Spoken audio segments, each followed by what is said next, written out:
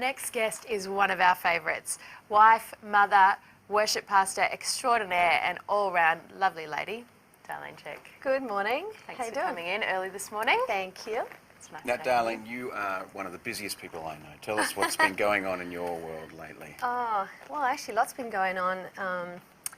Probably from a missions perspective is the thing that's really exciting. Hope we started a few years ago. And initially we thought that was for a 100-day period. Yep. But it continues to grow and grow and grow. More teachers and doctors and leaders going in there and just really helping to lift the nation of Rwanda. And I think we'll be there the rest of our lives. It's just amazing to see what doors God's opening up. That's great. Then the other thing that's been really wonderful, again, another real surprise, is something that we worked on. A whole bunch of us got together, songwriters, in January in Scotland. Michael W. and Matt Redman, Tim Hughes, I'm trying to think of the people, Israel. There was 10 writers, Graham Kendrick.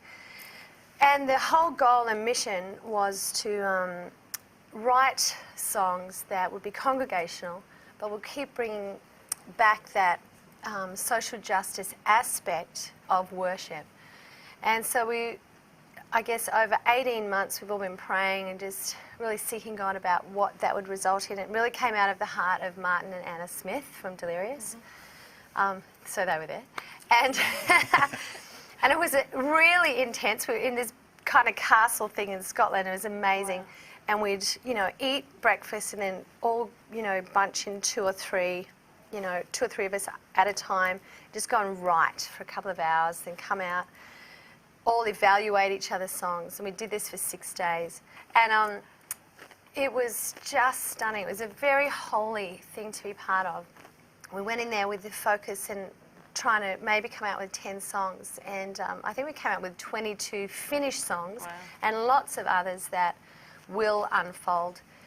And so we've been recording them and getting them ready to be launched. And basically every cent from CCLI, publishing, every single cent will go directly to missions. 100%. And that is the goal. And basically shaking up the whole worship and the business side of worship, just shaking it out and go, come on, yeah. This has got to be true and authentic, and let's challenge the status quo, I guess, Yeah. And so it's been amazing. And then Amy Grant and DC Talk and everyone's sung on it, and African Children's Choir and the Prague Symphony Orchestra. That's terrific. It just has been favour. So that comes out soon. We're all really excited So what's about the project called? Compassion Art. And we'll be able to hear that soon, will we? Yes.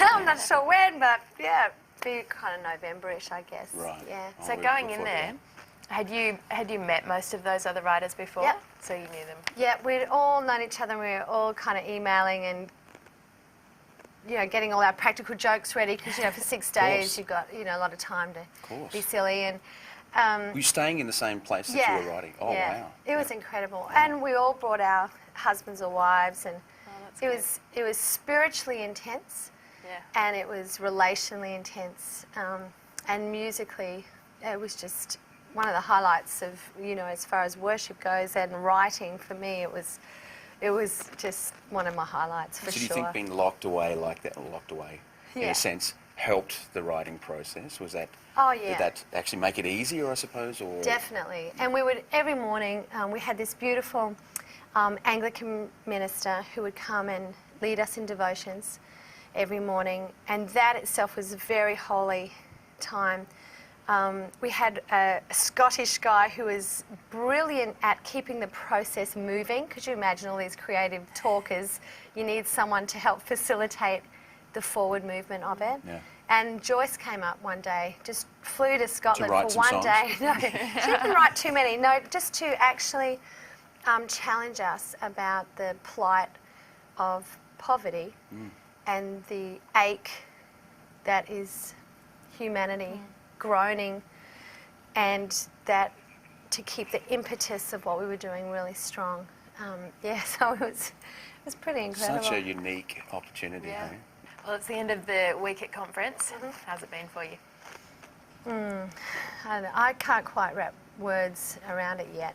Very different conference to the past. I think, like spiritually, there's been a different kind of dynamic. You know, like God is really challenging us and stretching us, and I think preparing us for this next season, which I can see will be maybe a more intense season than we have had in the past, because there is such an urgency about the hour. So I just feel like we're getting prepared. Yeah, it's definitely that sense, isn't it? Yeah. Thanks so much for coming Thanks, in guys. and Thanks, chatting Darlene. with us today.